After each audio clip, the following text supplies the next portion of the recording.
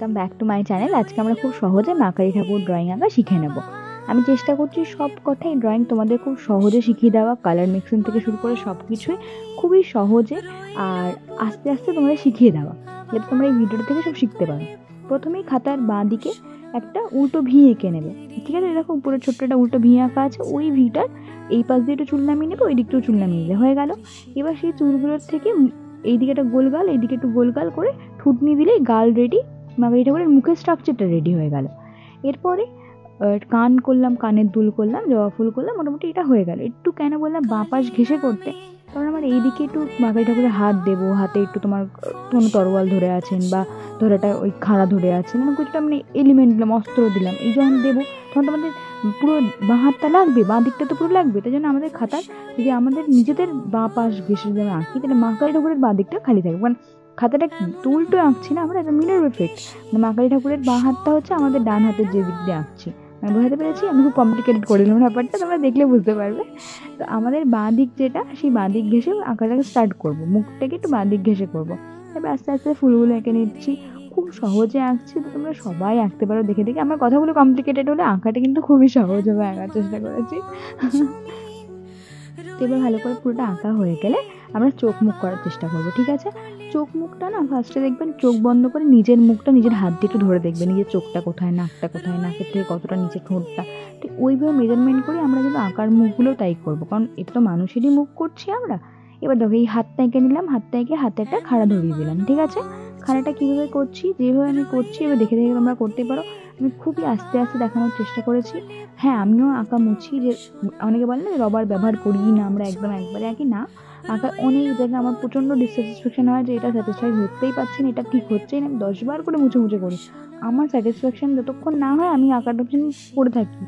রং করার আগে আঁকায় যত চেঞ্জেস করা তুমি করে নেবে, ঠিক আছে? রং করার পরে কিন্তু কোনো চেঞ্জেস করা যায় না, তো রং করার আগে অবধি যত ইচ্ছে চেঞ্জেস করে না। প্রথমে ভুরুটা আঁকলে, ভুরুটা আঁকার ঠিক মোটামুটি একটু একটু গ্যাপ দেবে, ভুরুর থেকে চোখের কিন্তু আমাদেরও গ্যাপ আছে, তাহলে ঠাকুরের ছবিতে কেন থাকবে না? তারপর নাকটা এঁকে নেবে। নাকটা যে আঁকলাম, নাকটা আমরা কী করলাম বলতো, একটা ভি, দেখো একটা ভি শেপ করেছে, আর দুদিকে এরকম দাগ দেওয়া, আর উপরে দুটো লম্বা লম্বা দাগ দেওয়া, এটা হচ্ছে নাক। ঠিক নাকের যে দিকটা আমাদের লম্বা মতো গেছে, ভিয়ের যে নিচু দিকটা, ঠিক ওই নিচু দিকটা ঠোঁটটা করেছে, মানে ঠোঁটটার ওখানটা নিচু, আর ঠিক মানে এ লাইন হচ্ছে ঠুটনির সাথে। নাক, ঠোঁট, ঠুটনি, তৃতীয় নয়ন আর সিথি, এটা না একটা সোজা লাইনে থাকে। তোমরা চাইলে এই লাইনটা এঁকে নিতে পারো একদম আস্তে হালকা করে, তার উপর দিয়েও করতে পারো। আর যদি ফ্রি হ্যান্ড আমার মতো ড্রয়িং করতে চাও, তাহলে অ্যাটলাস্ট চেষ্টা করবে যেন সমান থাকে, দুটো চোখ যেন সমান লাইনে থাকে, দুটো চোখের জন্য যে সামনে যেন সমান লাইনে থাকে, চোখ সমান থাকবে, ভুরু সমান থাকবে, এই যে সোজা লাইনটা সমান থাকবে। এটা তোমরা একটা লাইন কেটেও করতে পারো বা ফ্রি হ্যান্ডে আমার মতো করতে পারো, ঠিক আছে? যতক্ষণ না নিজের আঁকা পছন্দ হচ্ছে মুছবে, ভালো করে মুছে মুছে করবে। আমি বলি না যে কখনো যে রবার ব্যবহার করো না, রবার বানিয়েছে কেন, যদি ব্যবহার করা না হতো অবশ্যই ব্যবহার করবে, যতক্ষণ না তোমার আঁকাটা পুরো পারফেক্ট মনে হচ্ছে, ঠিক আছে? পারফেক্ট মানে তোমার আঁকাটা তোমার কাছে পারফেক্ট মনে হলে এনাফ, আর কারোর কাছে পারফেক্ট মনে হতে হবে না। এবার আমাদের আঁকাটা তোমাদের দেখিয়ে দিলাম, ফটো তুমি নিতে পারো, স্ক্রিনশট নিয়ে নিতে পারো, যে ওটাতে ভালো করে এঁকে নেবে পেন্সিল ড্রয়িংটা।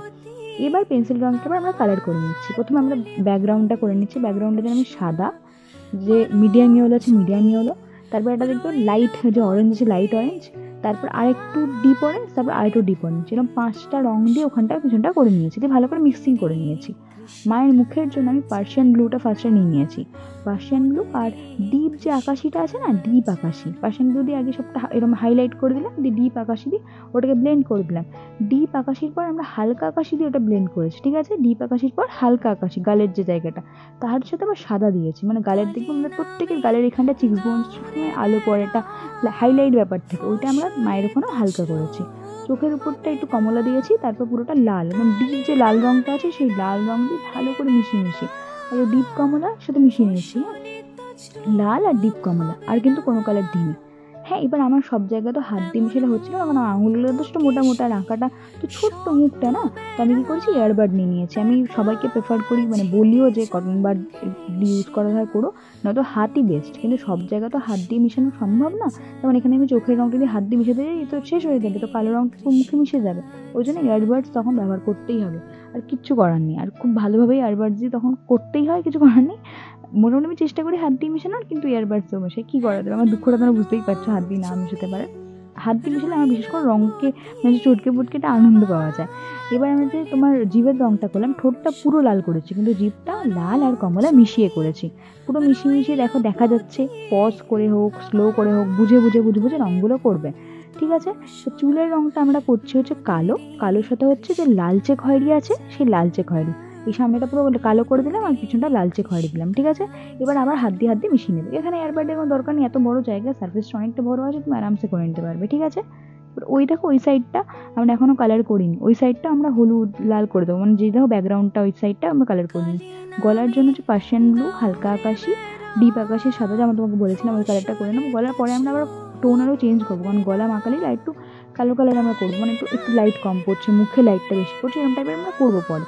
তো কালার আস্তে আস্তে আস্তে অ্যাড করতে করতে করতে করতে না মানে ছুরি বলছি আমি, মাকারি হাতের যে খাড়াটা আছে, খাড়ার কালার করছি লাইট ব্রাউন আছে, লাইট ব্রাউনটাকে পুরো করে নিয়েছি, তারপর রেড করে দিচ্ছি উপর দিয়ে, ঠিক আছে? তো মায়ের মানে খাড়ায় যে রক্ত লেগে আছে ওটা বোঝানোর জন্য, আর লাইট ব্রাউন দিয়ে খাড়াটা করেছি। হাত হচ্ছে পার্সিয়ান ব্লু দিয়ে পুরোটা আউটলাইন, তারপরে হচ্ছে যে যে ডিপ আকাশি, হালকা আকাশি আর সাদা, ডিপ হালকা মেশানো, সাদাটা অল্প পরে আমি দিয়ে দিয়েছিলাম, ঠিক আছে? চুল কালো আর লালচে খয়েরি, আর কোনো কালার দিইনি, এটা এইটুকুই। এবার হচ্ছে জবা ফুলগুলোর কালার যদি বলে দিই তোমাদের, জবা ফুলের জন্য আমি করেছিলাম হচ্ছে খয়েরি, লাল, কমলা, অনেকগুলো রঙ ব্যবহার করেছি। আর মা কালীর যে কানেরটা করেছি ওটা হচ্ছে মিডিয়াম ইয়েলো দিয়ে, ঠিক আছে? জবা ফুলের জন্য প্রথমে খয়েরি, লালচে খয়েরি নিয়ে নিলাম, তারপরে কমলা, তারপরে লাল রঙ, ভালো করে মানে চটকে পটকে রঙগুলোকে মেশাবে। যত তুমি সুন্দর করে মেশাবে তোমার আঁকা দেখতে ততই সুন্দর লাগবে, ঠিক আছে? এবার তোমার পুরো আঁকাটা দেখো, যদি ভালো লেগে থাকে অবশ্যই লাইক করো, শেয়ার করো, সাবস্ক্রাইব করো। আমি চেষ্টা করি তোমাদের প্রত্যেকটা আঁকা খুব সহজে শিখিয়ে দেওয়ার। তোমাদের যদি কোনো আঁকা শিখতে ইচ্ছা করো অবশ্যই আমাকে কমেন্ট করে জানাতে পারো, আমি সেই আঁকাটা তোমাদের শিখিয়ে দেবো। তো চেষ্টা করতে পারি শেখানোর। কেমন লাগলো অবশ্যই জানিও। দেখা হচ্ছে অন্য কোনো ভিডিওতে, পুরো ভিডিওটা অবশ্যই ভালো করে দেখো। মনরে কৃষিকাজ জানো না,